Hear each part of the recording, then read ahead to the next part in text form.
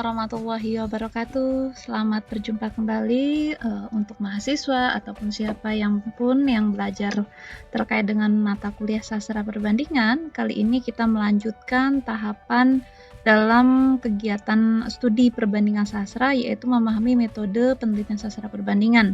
Karena di sebuah penelitian, sebuah pengkajian, sebenarnya metode penelitian sastra menggunakan pendekatan sastra perbandingan ini arahnya tentu tidak jauh berbeda ya dengan penelitian sastra lain. Bedanya ini ada dua teks yang ada sifat komparatif di sini. Ada hal yang dibandingkan, ya bisa dua atau lebih teks yang dibandingkan, bisa juga dengan disiplin ilmu lain ataupun hal lainnya ya yang hendak dibandingkan seperti itu. Nah, kali ini kita akan membahas metode penelitian sastra bandingan. Kalau bicara terkait dengan penelitian sastra perbandingan, maka coraknya itu kan kecenderungannya minimal harus dua teks ya, harus dua teks yang dibandingkan.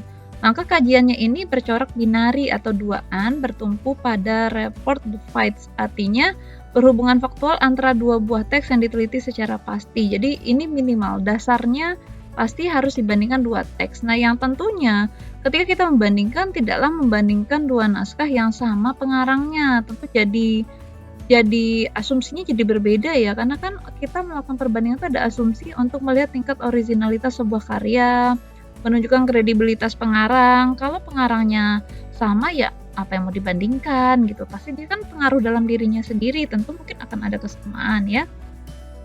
Nah, kemudian yang kedua, kegiatan yang dilakukan juga menganalisis, menafsirkan, dan menilai, karena objeknya lebih dari satu, setiap objek harus ditelaah, barulah hasil telah tersebut diperbandingkan. Jadi tahapannya itu melewati proses analisis, menafsirkan, dan menilai, karena objeknya lebih dari satu. Ini mohon maaf ya, masih copy dari bahan-bahan, jadi ini objeknya harusnya objek ya.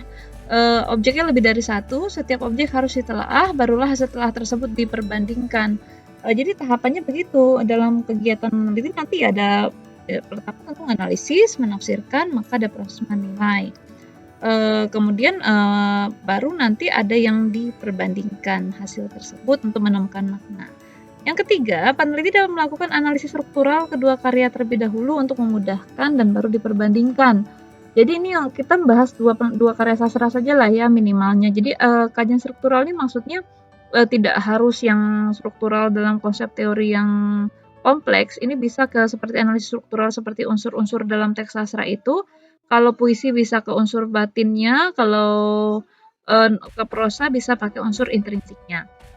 Nah, penekanan sastra bandingan adalah pada aspek kesejarahan teks. Itulah sebabnya sastra perbandingan juga bersifat positivistik.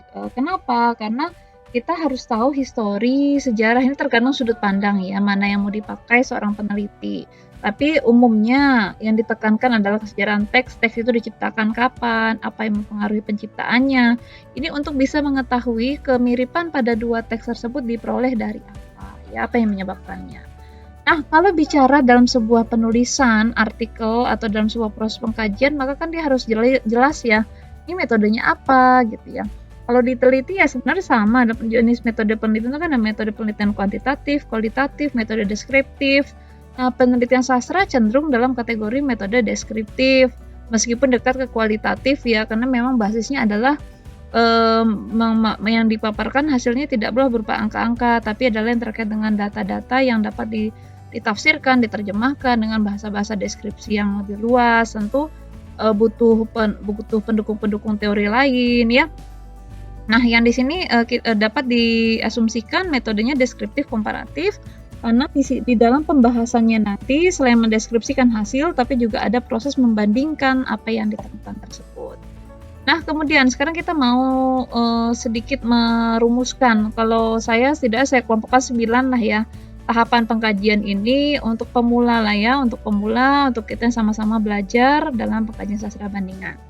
Apa tahapan yang pertama? Tentu menentukan teks. Nah, karena biasanya masih banyak yang salah menafsirkan karena hanya unsur ketertarikan. Jadi harus jelas dulu motif yang membuat Anda tertarik itu apa? Adakah kesamaan tema kah? Ada masalah stylenya atau apa? Itu harus jelas dulu motif yang hendak dibandingkan. Jadi teks yang dibandingkan itu ada unsur kesamaan dulu. Kemudian Baru kalau sudah tahu pastikan mana yang hipogramnya, mana yang transformasi. Kalau ini sudah jelas, ini akan memudahkan Anda ya untuk melanjutkan kajian bandingannya karena yang hipogram kan menjadi embrio. Ini teks yang menjadi dasar untuk munculnya teks yang baru namanya teks transformasi. Nah, kemudian kalau ini sudah sarannya sih tadi seperti tahapan dalam konsep ya.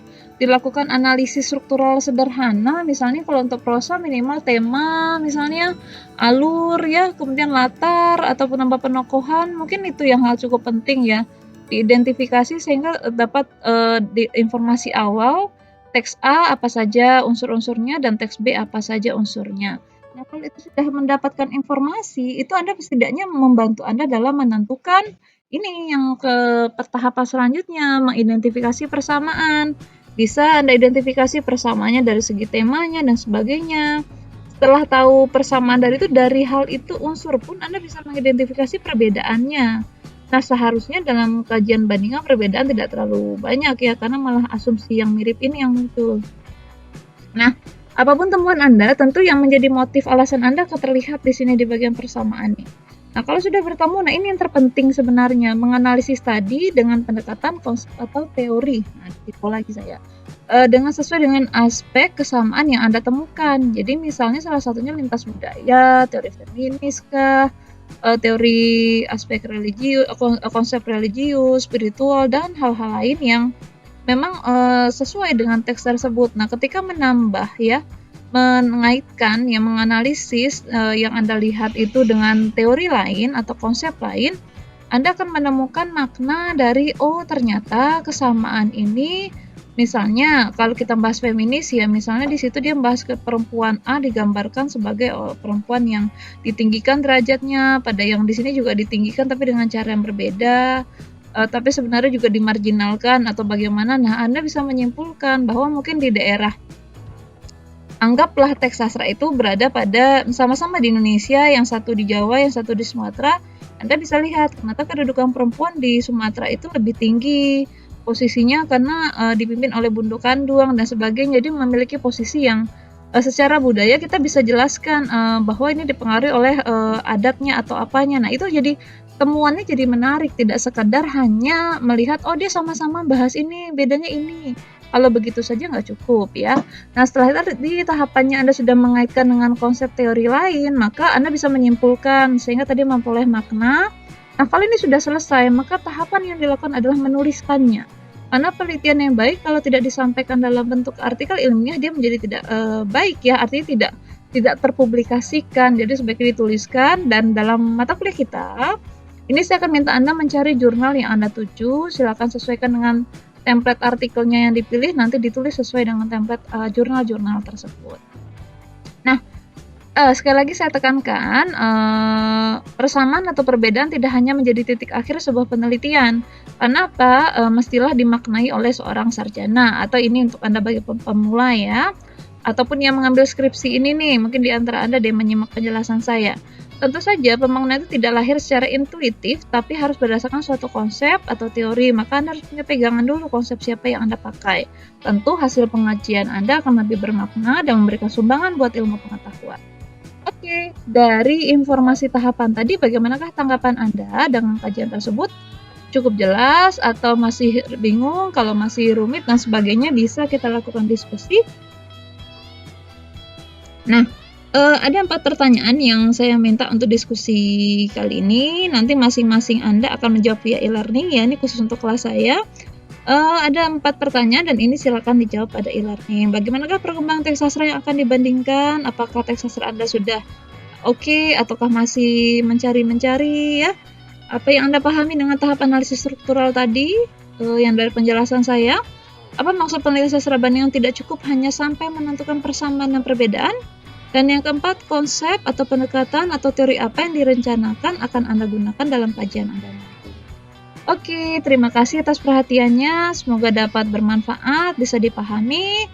Sebagai penutup, ada kata-kata motivasi yang saya pikir cukup bagus. Pendidikan bukan cuma soal pergi ke sekolah atau mendapatkan gelar, tapi juga soal memperluas pengetahuan dan menyerap ilmu kehidupan. Sukses selalu, salam sehat, terima kasih. Wassalamualaikum warahmatullahi wabarakatuh.